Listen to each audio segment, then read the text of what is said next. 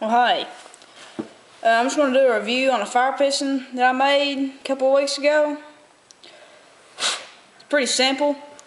I got the video in my favorites. I don't know the link, and I don't know how to pronounce his name, but it's like Newell Nev or something. I've got the video in my favorites how to make it, or what the video where he showed us how to make it.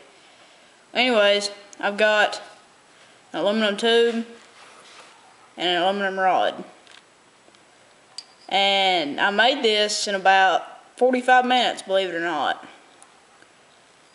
All I've done with the tube is I just rounded it off to about how big I wanted it. Ain't no real measurements in it. But you want to make sure before you cut it, or before you start putting the, I got a wheel bearing in the bottom of it. It's about that long normally, but I got a block of steel out of the barn. And I started hammering it in. Be careful, I don't use a hammer because if I hit it too hard, it's going to split that open. It's going to gash my hands open and all that. But before you put that in there, you want to make sure you run some paper towels or something through there, a pistol cleaning kit. Run it through there and make sure that thing's clean and ain't gritty. For the rod, I've got, well, I mean, it just fits in here like that. Pretty even, compact. I got all this at Home Depot. You can make, out of the rod and tube, you can make probably 7 or 8 of these fire pistons, probably 10. And you're probably wondering how I got this groove in there. What I did, before I drilled the hole in the tip, I shoved it up there in the drill press, just like a drill bit, and there's a vise that sits on it, and as that was spinning, I just held it to about where I wanted it, and I just held the hacksaw on there until it got down to where I wanted it. He's eating on me. Anyways, Bo quit. I'll pop you around the noggin, stop. Anyways, for me, I didn't get a bit, I forgot to sand down the tip so I could just slide that in there straight. I mean, I can. It's just rough. So yeah, you're going to need the aluminum rod and the aluminum tube. Here in the next week or two, hopefully, I'm going to make a video showing y'all how to do it the way I do it. But anyways, what you're going to need is some char cloth. I'm just going to do the review on it. I just got char cloth. And for my lubricant, you need to have this thing lubed. You do not need to dry run it. It's just not good to dry run it at all, because it'll tear up your O-ring and all that. All I've got, you can use, I tried it the other night. I used deodorant, like Old Spice stick deodorant, not the dry, but the like moist deodorant. You can use all kinds of lubricants. It's pretty crazy what you can use.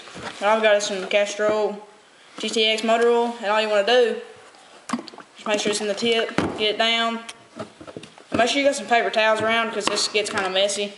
And all I do is stick my finger in it, in the tip, where it's been wet. I get the tip good and lubed up. Put just a little bit more around the cylinder actually. Wipe my fingers off. Then run it through the tube a couple times. Get the tube good and lubed up. Alright. As you can see, it's got good compression. Like real good compression. That's the tip of it. Alright. Look at this. Real good. I just drilled like a 3/16 bit in the tip. Wasn't nothing special. And for the char cloth, you need to make sure your hands are good and dry. Ain't got grease and all that on them. Well, not dripping wet. Get you just a piece of char cloth. Nothing ungodly. You just get a little bit and roll it up. I think that's gonna be too much. But you should end up with something like that. That's a little bit too much, but that's alright. Still gonna work. And all I do is go this side. I'm just gonna put this paper towel in here so I don't make no scratches or break the aluminum or all that. See, it's real dirty already. Just get the tip of it in. There it goes. Nope. I smell it burning though. Alright. Kind of sore from today. I hurt my shoulder in PE. First block. Here it goes. There you go.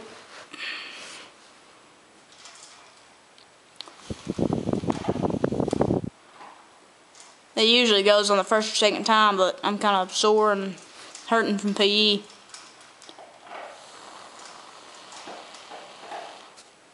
Simple as that. Just put it out. And you know you got good chalk off whenever it still burns from touching it, see? I'll put it out that time. But the first time I like patted it down, it still was burning. That's about how much you need without it burning. It don't take much at all. Now all I do to clean it, I ain't gonna take the chalk cloth out just because I'm gonna use it in a little bit.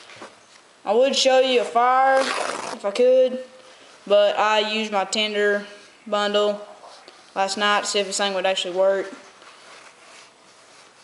And I should have waited for the video, but I couldn't wait to try it out. All I do is just get a paper towel, make sure the O-ring and all that's clean around it. I don't worry about the tube at all inside of it. See, there it's stored. See? Simple as that. I mean, that's roughly 5 inches total, if that. Very, very simple way to make fire. I prefer it over bow drills.